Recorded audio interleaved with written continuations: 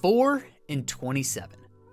These two numbers might be the most perplexing disparity in the Cleveland Cavaliers' historic start to this season. But does it actually mean they're getting screwed? Like, subscribe, and let's find out. For starters, what do these numbers even mean? Let's start with 4. This is where the Cavs rank in drives per game. 54.8 drives per game. That's not only 4th in the NBA, but also a 12% increase on last year where they were at 48.9 drives. That's a pretty significant increase in rim pressure.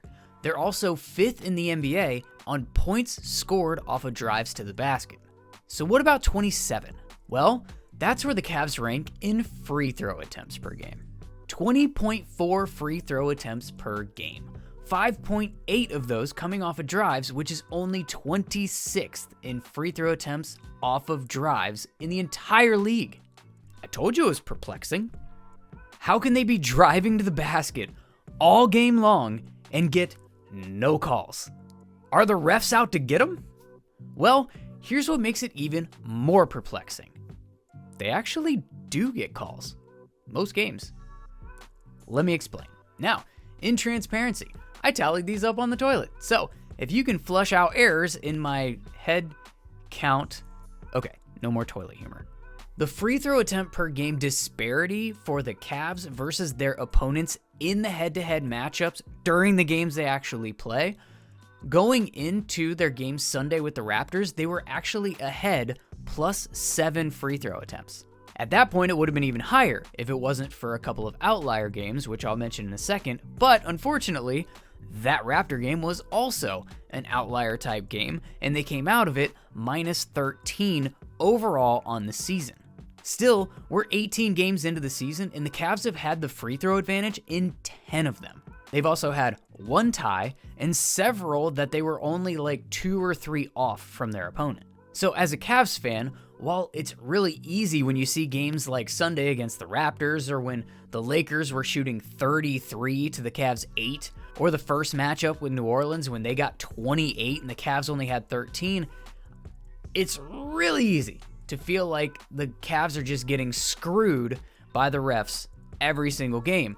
And when you look at how low they rank in the league for free throw attempts, it all seems to align.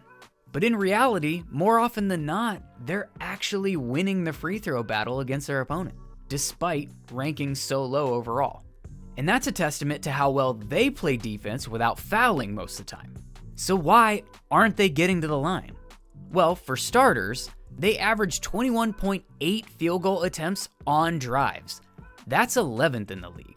They're 17th in the league in the percentage of their points that come from drives.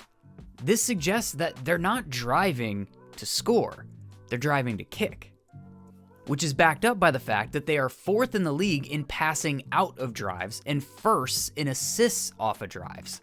This offense is 6th overall in the league in assists, 3rd in the league in assist to turnover ratio, and top of the league in the percentage of their assists coming off of, you guessed it, drives.